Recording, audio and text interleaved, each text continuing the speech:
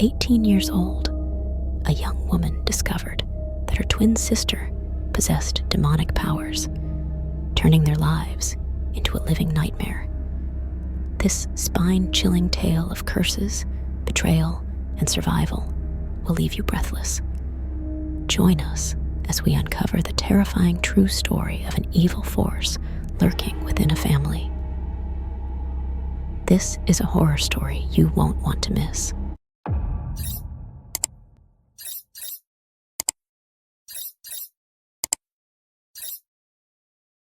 Hello, everyone. My name is Emily, and I will tell you what happened to me because of my sister Simone. We all know what it's like growing up with sisters or brothers. They always want to teach you lessons and boss you around. But in my case, it wasn't like that. No, Simone simply hated me and tried everything to get me killed. Let's start with my mother.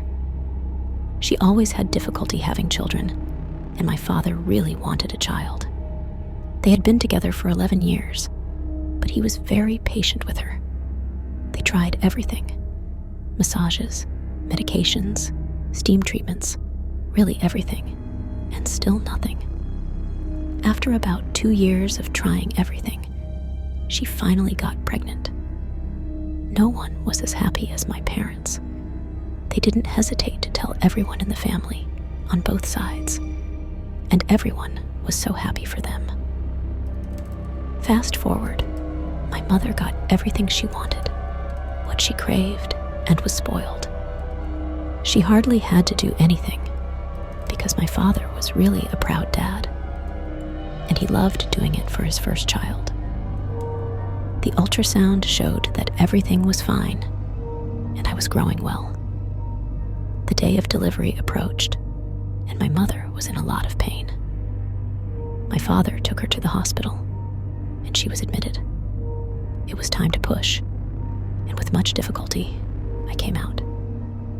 No one was as happy as my parents, but suddenly, my mother felt the urge to push again. Everyone was surprised until the midwife checked and felt another head inside. So, my mother pushed again, and out came my sister, Simone. My parents were shocked, but incredibly happy. They had twins now. After so long trying, God had finally blessed them with not one, but 2 children. Everything went well. Everyone was happy. As my sister and I grew up, I noticed she didn't love me. She always blamed me if something happened, did all sorts of painful things to me. And when I told my parents, they thought I was being a crybaby. And yes, you might think, how do I know for sure she didn't love me? Because what I mentioned earlier happens in every family with multiple children. But no, that's not it. Let me tell you why I say that. Once, I was playing with my dolls, and she was sitting at a distance watching how I played.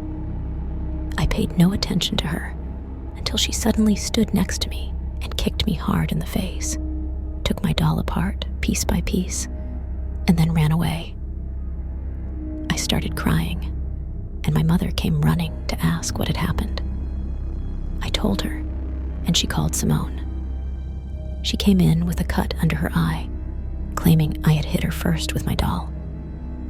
My mother then said it was good for me, because I loved picking fights with her, which was not true. We both got punished, and that was it. Another time, I was sitting at the top of the stairs, upstairs, and out of nowhere, I was pushed from behind down the stairs, resulting in a sprained hand. Simone ran away, and my parents again thought I was lying and had just fallen. Why would Simone do such a thing? I didn't understand it either. It seemed like they were blinded by Simone.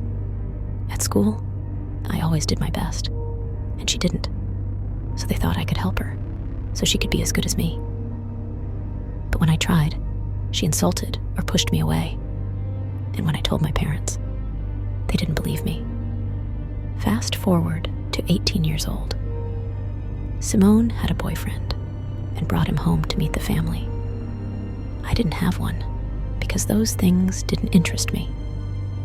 My parents were happy for her and welcomed the guy with open arms.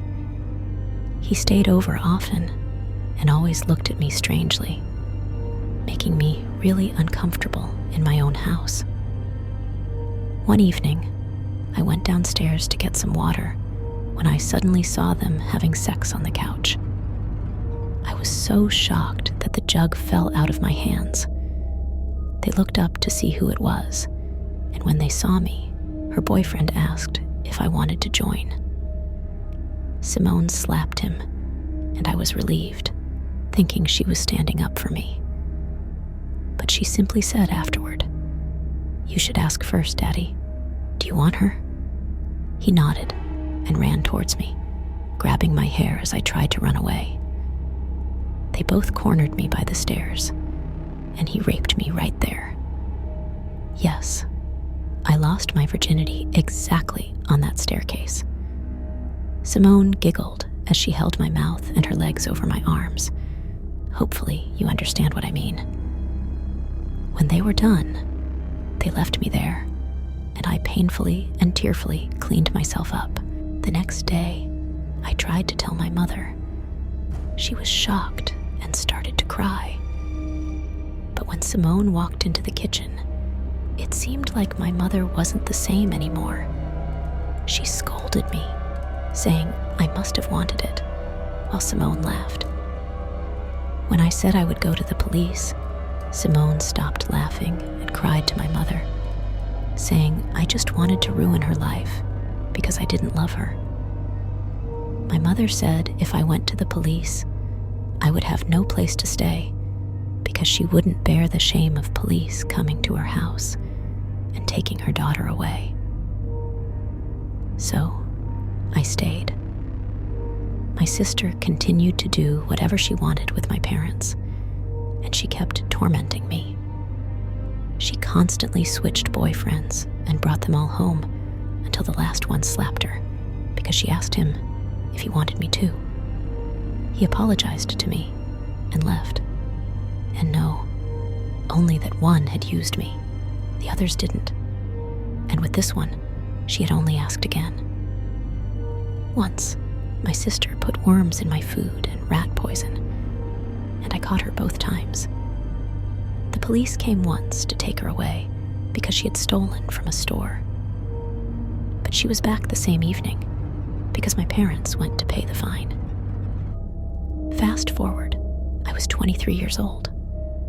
I hustled hard for a job just to get away from there because every time I found work, she would come and embarrass me, causing me to get fired. Finally, I found one, but didn't tell anyone. My grandmother passed away, so we had to go. Fast forward, they lowered her casket into the grave, and out of nowhere, Simone pushed me in too, screaming that I had killed her and should go with her. Family members held her back, and an aunt slapped her. My uncles helped me out while my parents argued with the aunt who slapped Simone. They left together with Simone and left me there. My aunt said I was going home with her because she wouldn't send me back to that hellhole. At home, she asked me to tell her everything I had been through, and I did. She could only cry and suddenly said, "Wait a minute, something is not right." She grabbed her phone and called someone, saying we would be going somewhere. She took me to a spiritual healer who revealed that years ago, my mother had gone to a Haitian witch doctor to get pregnant because she had lost all hope. My aunt screamed, "I knew it." Even though I warned her, she still went. But my mother went, and he gave her something that would let her conceive a child, not knowing she was already pregnant with me. The potion created my sister, Simone. Since it wasn't from a good source, she didn't show up in the ultrasounds or anything, and only appeared at birth, which was a surprise. I started crying, realizing the truth. Deep inside, I did love her, but I never understood why she didn't love me. Now, I knew. We left, and I decided to go back home and talk to my parents, hoping they would finally believe me. My aunt came with me in case anything happened. Upon arrival, I told my parents everything. My father was so shocked, he slapped my mother because he knew nothing about it. It seemed like his eyes were now opened, and he vented that Simone truly didn't treat me well and that he couldn't see it before, blaming my mother. He went on a tirade, crying and apologizing to me, and told my mother, "From today, you and I are no more. I'm done."